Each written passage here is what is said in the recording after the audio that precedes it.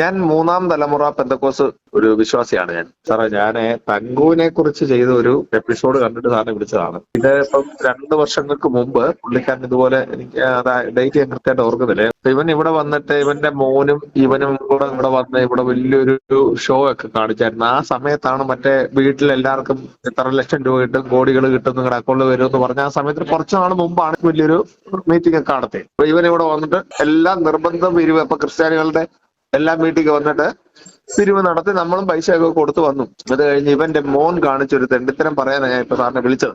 ഇവൻ നിക്കറും ഒക്കെ ഇട്ടോണ്ട് ഇവിടെ വന്ന് ഇവിടുന്ന് ഇവനെ ഈ കൊയറിൽ പാടാനാന്ന് പറഞ്ഞ് കുറച്ച് ആൾക്കാരെയൊക്കെ ഞങ്ങൾ ഇവിടുന്ന് സെലക്ട് ചെയ്തായിരുന്നു. അപ്പൊ ഇവരെ കൊയറിലൊക്കെ കൊണ്ടുപോയി ഇവൻ ഇടയ്ക്ക് പ്രാക്ടീസിനൊക്കെ ഇവിടെ കൊണ്ടുവന്നായിരുന്നു. ഇവന്റെ കുറെ ഗ്യാങ്ങുകളൊക്കെ ഉണ്ട് ഇവിടെ വന്നിട്ട്.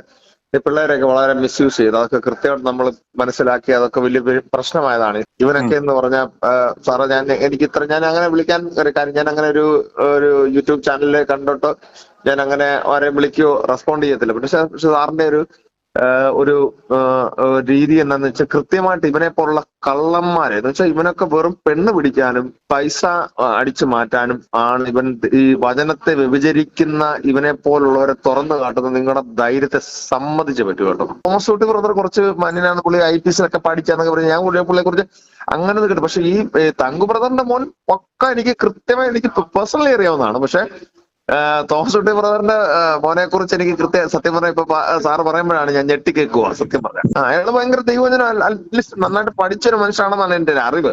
പിന്നെ എല്ലാം പണമല്ലേ സാർ, ഇവനെല്ലാം വ്യഭിചാരവും കള്ളു കുടിക്കുക. ഈ പുള്ളി ലൈവിൽ വന്നതിന് സാറിനെതിരെ ഒരു ലൈവ് വന്ന് എനിക്ക് ഓർമ്മയുണ്ട്. എന്റെ ഒരു ഫ്രണ്ട് ആരാണ്ട് എനിക്ക് അയച്ചു തന്നെ മറുപടി എന്നൊക്കെ പറഞ്ഞ് എന്തോ ഒരു ലൈവ് വന്നു. കള്ള അന്നേരെ ആ പുള്ളി ആരാ, തോമസ് കുട്ടിയുടെ അല്ല മറ്റേ തങ്കുവിന്റെ കാര്യം.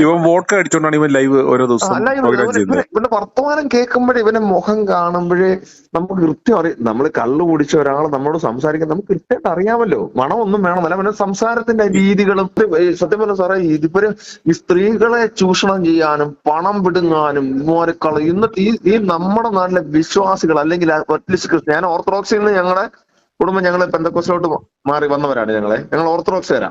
പക്ഷെ ഇവനൊക്കെ ഇവനൊന്നും മനുഷ്യന് മനസ്സിലാവില്ലെന്ന് ഓർക്കുമ്പോ ഇപ്പോഴും ഭയങ്കര ഹൈപ്പ് വെച്ച് ഭയങ്കര ഹൈ വോൾട്ടേജ് പ്രോഗ്രാമുകൾ ഇവർ ചെയ്യുവാണ്. എന്ത് തൊലിയന്മാർ.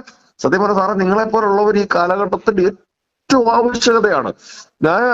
ഞാൻ സാറിന്റെ ഒരു ഫോളോവർ മാത്രമല്ല, സാറിനെ ഞാൻ ഒത്തിരി ഇഷ്ടപ്പെടുന്നു, ആരാധിക്കുന്ന. ഞാൻ പറഞ്ഞ വാക്ക് തെറ്റാണ്. അതുകൊണ്ട് സാറേ, നിങ്ങളൊക്കെ ഞാൻ സത്യം പറഞ്ഞ നിങ്ങൾ സമ്മതിച്ചു കേട്ടോ. ഈ സമൂഹത്തിൽ നിങ്ങളെപ്പോലുള്ള ആൾക്കാരില്ലെങ്കിൽ ഈ സമൂഹമൊക്കെ നശിച്ചു. കാര്യം ഇവനൊക്കെ ഇപ്പം ഹിസ്റ്റീരിയക്കായിട്ട് ആൾക്കാർ ചുമ്മാ 15,000 20,000 വാട്സ് വെച്ച് പമ്പ് ചെയ്ത് ഭയങ്കര മെഗാ ഷോകളായി ഇവന്മാര് നടത്തുന്നത്. Mega show. സത്യം പറഞ്ഞാൽ ഈ ട്രാൻസ് എന്ന് പറഞ്ഞൊരു സിനിമയില് സാറേ, ഒരു നമ്മുടെ ഇയാള് മറ്റേ ഫാസിൽ അഭിനയിച്ച ഒരു സിനിമ ഉണ്ടല്ലോ. ഇത് കൃത്യമാണ് ഇവന്മാരുടെ കാര്യത്തിൽ. ഈ തങ്കുവിന്റെ കാര്യത്തിൽ ഇത് കൃത്യമാണ്. ഇമാര് ആൾക്കാരെ അങ്ങ് ഇളക്കി സെറ്റ് ചെയ്ത് പിന്നെ എനിക്ക് ഇത് നമ്മുടെ വിഷയമല്ല, അവരെന്തെങ്കിലും ചെയ്തോട്ടെ ബിസിനസ്. പക്ഷെ ഈ പേര് പറഞ്ഞ ഒരു ബിസിനസ് ചെയ്യുമ്പോൾ ഇത് അക്കൗണ്ടബിൾ ആണല്ലോ.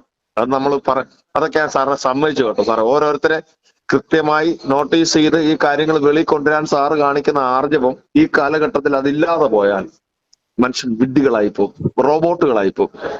കാര്യം ഇപ്പൊ തന്നെ മുതലെടുപ്പ് സാറിന് അറിയാലോ എന്തുമാത്രം യൂത്തിനെ അവർ അട്രാക്ട് ചെയ്യുന്നറിയാം. ഞാൻ വർക്ക് ചെയ്യുന്ന ഞങ്ങളുടെ IT കമ്പനിയിൽ പോലും അവരൊക്കെ ഇവരുടെ കമ്മ്യൂണിറ്റിയിലുള്ള ഒത്തിരി കുട്ടികൾ നമുക്കറിയാവുന്നവരാണ്. അവർ ഭയങ്കര ഹിസ്റ്റീരിക്കായിട്ട് ചെറുത് 2 അടിച്ചിട്ടാണെങ്കിലും സാറിന്റെ പാട്ട് ഡാൻസ് ഇവര് ആത്മീയതയായി പറയാനേ.